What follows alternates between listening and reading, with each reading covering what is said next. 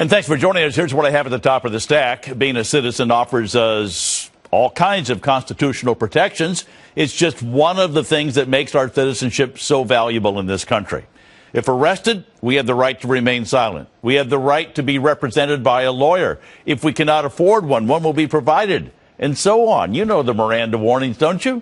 But we also have a fairly new status called enemy combatant.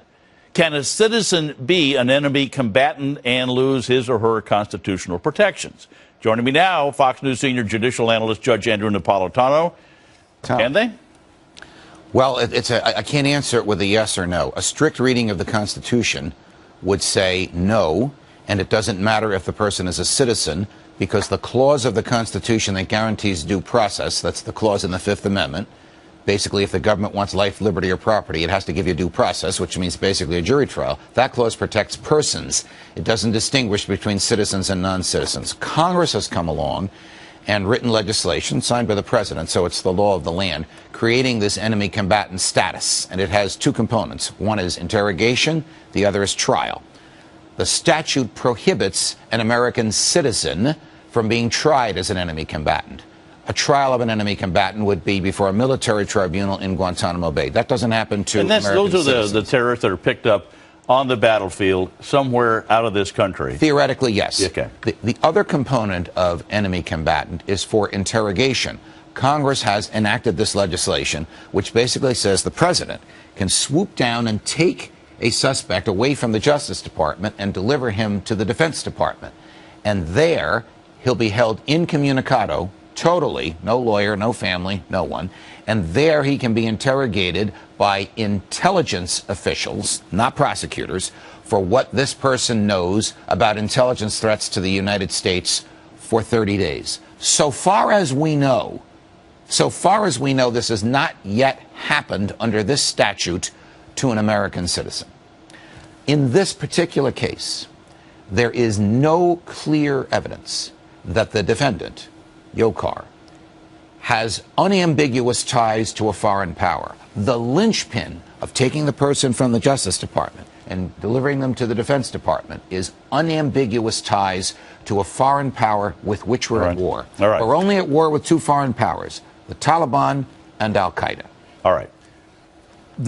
I was confused because of the fact that we heard all this news this past week about the fact that Dzhokhar is in the hospital, and regardless of whether he could talk or not, that the intelligence people had 48 hours to get in there and find out, are there more bombers coming, or is there more danger? We have some sort of urgency that allowed him to be interrogated without reading him his rights. Let me tell you about the 48 hours as I understand it. There's one Supreme Court opinion standing for the public safety exception to the Miranda rule, and here's what it is.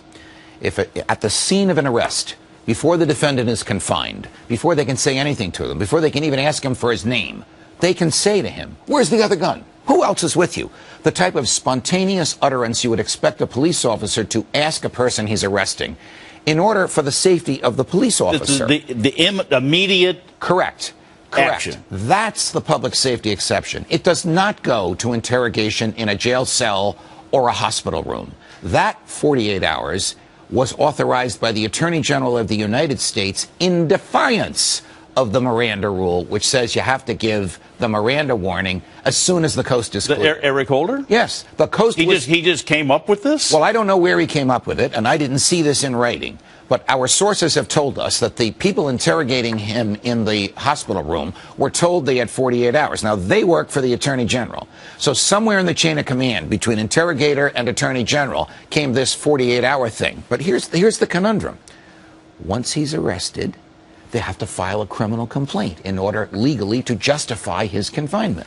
Once they file a criminal complaint, they have to bring him before a judge. This is the federal law. This can't be changed by the Attorney General. So while you had a team of interrogators, FBI and intelligence, in his hospital room interrogating him, you had a team of FBI agents preparing the criminal complaint. They prepared it. They filed it with a federal judge. That starts the time ticking, because that starts the time period during which he must be brought before this federal judge. And the first order of business before the federal judge is you have a right to remain silent. Right. And that, in fact, what happened, they started interrogating him, but it was almost in this case, they already had the admission from Dzhokhar to the kid that they carjacked. Oh, I don't think they needed... So they'll be able to admit that. Oh, I don't think this aborted interrogation affects the prosecution, and I don't think the interrogation was to aid the prosecution. I think the interrogation was for intelligence purposes. Yeah, Is there another wave coming? Did you have other conspirators? Was anybody else involved in this besides your brother? That's what they wanted to ask. Judge, there's a lot of people, though, that are going, come on, get this guy and shake it out of him. Whatever you got to do. He's a terrorist. We got to crack down on these radical Islamists. Well, the Constitution protects them from taking this guy and shaking him. In fact, the Constitution protects them from asking him anything because it reminds him of his right to remain silent. Well, why does the court impose the affirmative obligation on the part of the government to tell somebody what their right is? Because the court found in Miranda, Supreme Court, most people don't know they have the right to remain silent. And with a cop or a federal agent shouting at you, answer my question, there's a tendency to answer. But I told you, we did this on my radio show, I told you, I was in law enforcement when I was a young man. Right. And I read the Miranda warning. When I was a young man. and I read Miranda rights to people. And they said, and I said, do you understand? Yes, I do. Did you do it? Now, did you? Yeah, and they would just spill their guts. Well, the Miranda warning, the invocation of the right to silence is waived far more than it is taken. Yeah. Meaning, just as your experience, frequently after the Miranda warning is given, the defendant answers anyway, even though that's called a waiver. Yeah. As long as he understood his rights, it's a knowing waiver, you can waive your right and speak anyway. On the other hand, you have the right to remain silent whether they read you the Miranda warning or not. The failure to read the warning does not take away your right. Take it away. It's a constitutional right. It can't be taken away. It's all fascinating. It is. I love your explanation. Judge, thank you so much. I love being on the show. Thank you, Tom.